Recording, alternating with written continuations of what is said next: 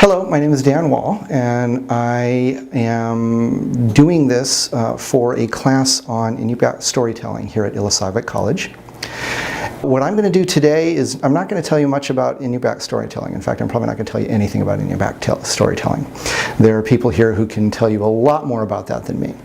What I'm going to try to do is introduce you guys to some approaches that are taken in the field of linguistic anthropology to try to understand aspects of storytelling as a genre and try to understand what people are doing when they do tell stories. I want to introduce some tools to help us understand sort of the role of context in communication. And the tools that I'm going to talk about come directly from a philosopher, an American philosopher by the name of Charles Sanders Peirce, who introduced three different categories into the study of logic, or actually in many ways more the study of semiotics. What he's interested in is he's interested in talking about signs. And we could define a sign as being essentially any time where you use one thing to refer to something else. So whatever else we're talking about, a word would be a good example of that. You're using a word to refer to something else. Okay, and obviously there are lots of other possibilities, but we could begin with that. It's just the idea that you are using one thing to communicate about another. So that's what we mean by signs. And Peirce tells us that we can talk about signs, or we can divide signs up into at least three different categories.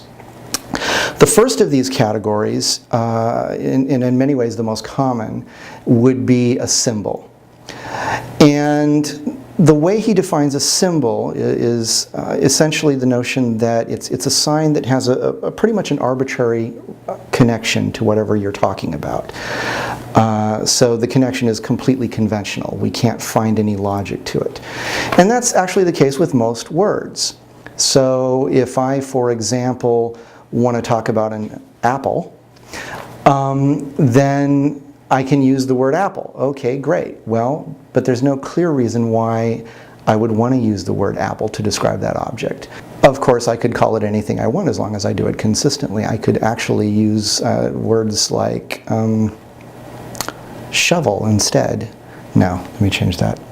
I could use any other sounds that I want to describe an apple. I could call it a Bob or a Sheila or a nah. As long as I do it consistently, you'll know what I mean.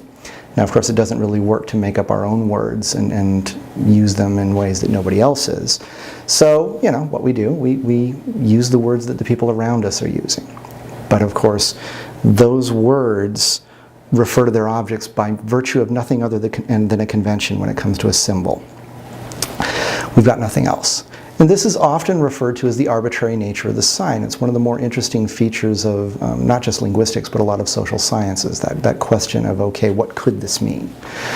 And the arbitrary nature of the sign is actually a little more tricky than that, because it's not just a problem about the fact that we can use different words to refer to different things.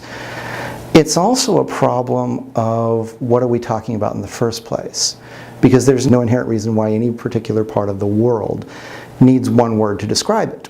And as a result, languages chop up the world into different ways. So one of my favorite ways of illustrating this, it used to work really well when I taught in Navajo country. I would ask my students what their word for ant was. And then I would say, I mean the insect, not your relatives. And about half the class would say, okay, I'm going to try to pronounce it. Hopefully I won't get it too bad.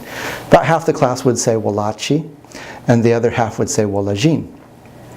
And then they'd go back and forth. And sometimes they'd stare at each other, and they'd switch, and they'd go for a little while. And finally somebody would look at me and go, do you mean a black ant or a red ant? And what I'm getting at, and what I was getting at with those students, is in English, we can just say ant. And then we can add a description later to say whether it's a red ant or a black ant.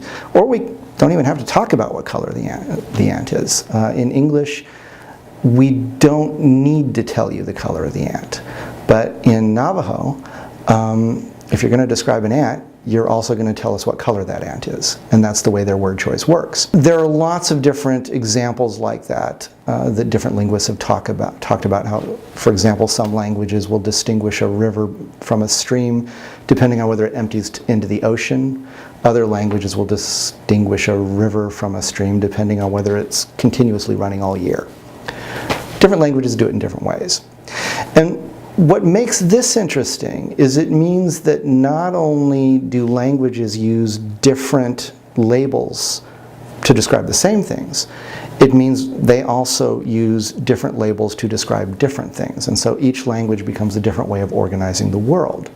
And of course there are a lot of linguists that spend a lot of time then asking, okay, what does that mean in terms of the way humans think and talk and express our worldview?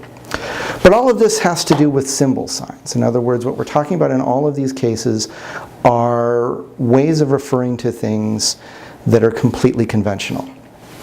And that may be most of the signs in human language. But Peirce says there are at least two other kinds of signs that are worth paying attention to, and they're particularly worth paying attention to insofar as they help us to address questions of context in communication. The second sign worth paying attention to is what's called an icon. And an icon, according to Peirce, is a sign that refers to its object by virtue of some qualitative feature. A good example of that would be a map. How does a map refer to its object? Usually by creating parallels on a smaller scale. So distance, proportion, direction, those will all be represented in a much smaller scale on the map. They refer to the actual geography that's being mapped by virtue of some qualitative similarity in the directions and shapes and all that on the map. That's a good example of an icon. Another example of an icon would be an onomatopoetic word. Say something like a dog's barking. When we say bark, the word we use to describe that sound sounds a little bit like it. Now, as it happens, different languages use different words to describe the barking of a dog, but most of them do seem to sound a little bit like a dog's bark. And so that's an example of a sign that isn't entirely arbitrarily connected to the word that it's referring to. And so we would call that an icon. And then the third kind of sign that we could talk about is what's called an index. And an index refers to whatever it's referring to by virtue of some contextual feature, something that's present in context. A good example would be pronouns, words like I, you, he, she, it. Whatever else they tell us about, they also tell us something about what's going on in the context of speech. And one of the interesting things about them is that indices, their meaning tends to change with their use. So for example, if I use the word I, then the word I, when I'm speaking, refers to me. But unfortunately, I don't get to keep the word I, and when my turn in the conversation is over, somebody else picks it up and they get to use the word I. They just take it right from me. And I can never get it back. Well, yes, I can. All I have to do is start talking again. And once I start talking, I becomes me again. But here, and joke over. The point is, the word I changes its meaning depending on who's speaking. So does the word you. And if you think about it, so does third person, he, she, it. One of the interesting things about third person is it seems to imply non-participation in the conversation, which most of the time is not that remarkable, because a lot of the times when we say he, she, or it, we're talking about people who aren't present. But what happens if you use that kind of language, that third person reference, when somebody's present? You ever talk about somebody in the third person while they're there? Sometimes they get upset. Don't talk about me like I'm not here. What do you think Sheila wants? I don't know. She's strange, isn't she? If she's right there, she might get a little upset. Likewise, it's at least a little weird when people talk about themselves in the third person. So if I walked into class and said, let me tell you what Dan Wall thinks about this subject, you'd probably be sitting there saying, he's a little full of himself. That was just an example. But anyway, so whatever else third person implies, it implies some level of non-participation in a conversation. And so, by that token, pronouns tell us about roles in a conversation, which makes them really useful when it comes to understanding context. And other examples would be words like here or there, now or then. The meaning of those words change depending on context. So when I say here, I could mean sitting on this chair as opposed to behind the camera. I could mean here in Hut 58 where we're filming this as opposed to some other part of Illisagvik campus.